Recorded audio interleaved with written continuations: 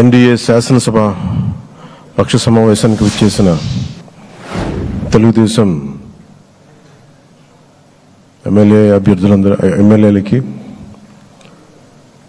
జనసేన ఎమ్మెల్యేలకి, భారతీయ జనతా పార్టీ ఎమ్మెల్యేలకి మనస్ఫూర్తిగా మీ అందరికీ నా హృదయపూర్వక నమస్కారాలు. మీ అందరికీ నా హృదయపూర్వక స్వాగతం తెలియజేసుకుంటున్నాను. వేదిక పైన తెలుగుదేశం రాష్ట్ర అధ్యక్షులు, మన తెలుగుదేశం పార్టీ రాష్ట్ర అధ్యక్షులు శ్రీ అచ్చెన్నాయుడు గారికి, భారతీయ జనతా పార్టీ అధ్యక్షురాలు శ్రీమతి దగ్గుపాటి పురంధేశ్వరి గారికి నా హృదయపూర్వక నమస్కారాలు. తాడేపల్లిగూడెం సభలో నేను చెప్పినట్టుగా ఒక దార్శనికులు, 4 దశాబ్దాల సుదీర్ఘ అనుభవం, ఎన్నో ఒడిదుడుకులను ఎదుర్కొన్న తెలుగుదేశం జాతీయ పార్టీ అధ్యక్షులు శ్రీ నారా చంద్రబాబు నాయుడు గారికి నా హృదయపూర్వక నమస్కారం.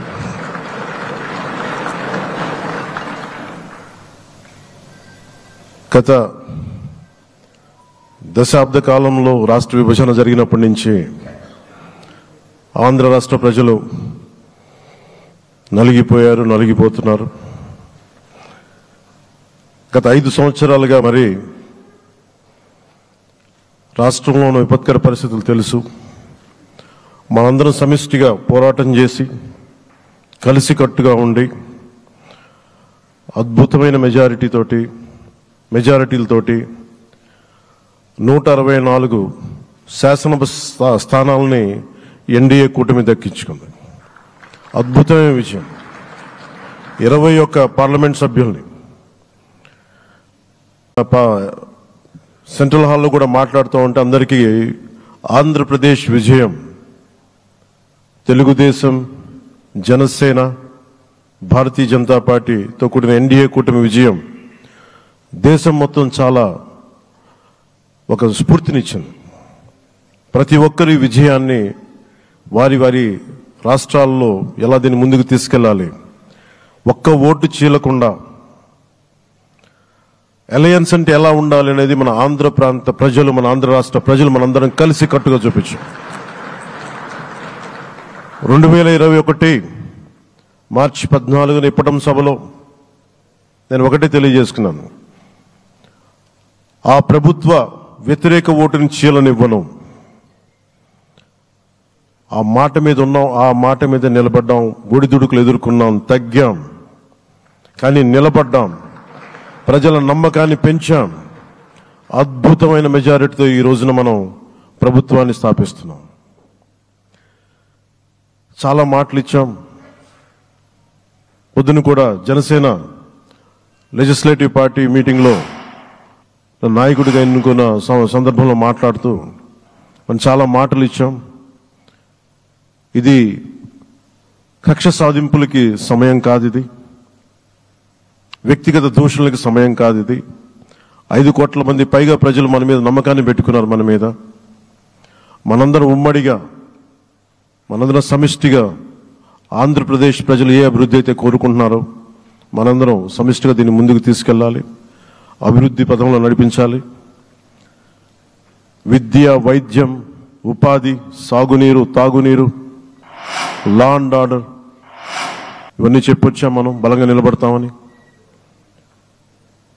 అలాగే మేనిఫెస్టోలో, ఉమ్మడి మేనిఫెస్టోలో చాలా మాటలు ఇచ్చాం. వాటన్నిటినీ బాధ్యతగా ముందుకు తీసుకెళ్లాల్సిన అవసరం ఉంది.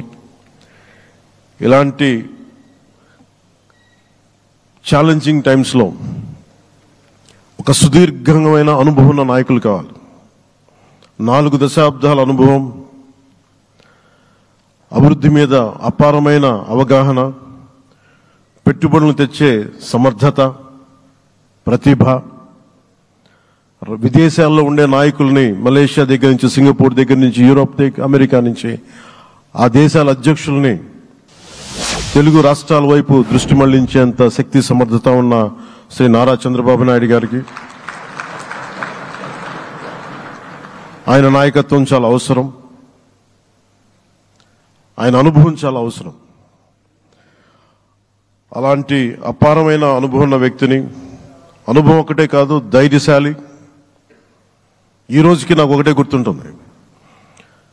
మన తాడేపల్లిగూడెం సభలో చెప్పాను, చాలా క్లేమోర్ మైన్స్ పేలిపోతే, జీప్ ఎగిరిపోయి కింద పడితే చొక్కా దులుపుకొని ఆయన మళ్ళీ వచ్చి రాజకీయం చేసిన వ్యక్తి.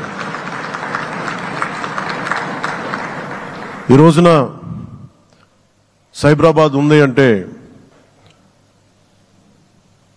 అది శ్రీ చంద్రబాబు నాయుడు గారి దార్శనికత. అలాంటి వ్యక్తి, ఆయన అనుభవం ఈ రోజున 2024 ఆంధ్రప్రదేశ్కి ఎన్డీఏ కూటమి తరపు నుంచి ముఖ్యమంత్రి అభ్యర్థిగా శ్రీ నారా చంద్రబాబు నాయుడు గారి పేరుని జనసేన పార్టీ పక్షాన నుంచి మేము బలపరుస్తున్నాం.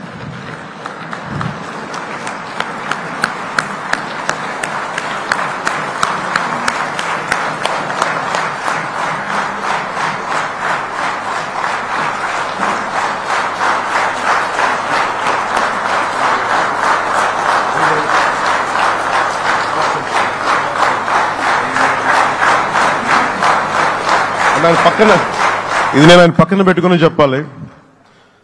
ఆయన నలిగిపోయారు. జైల్లో చూశాను ఆయన.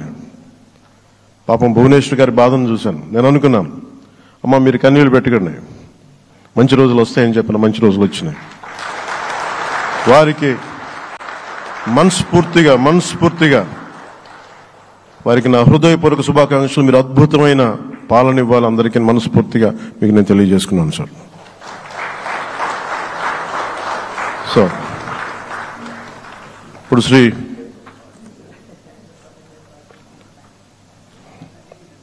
భారతీయ జనతా పార్టీ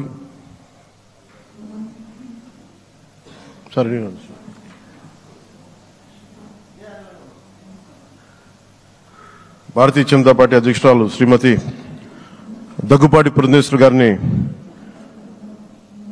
వారిని వచ్చి వారి మద్దతు తెలియ, వారి సందేశం ఇవ్వమని కోరుకుంటున్నాను.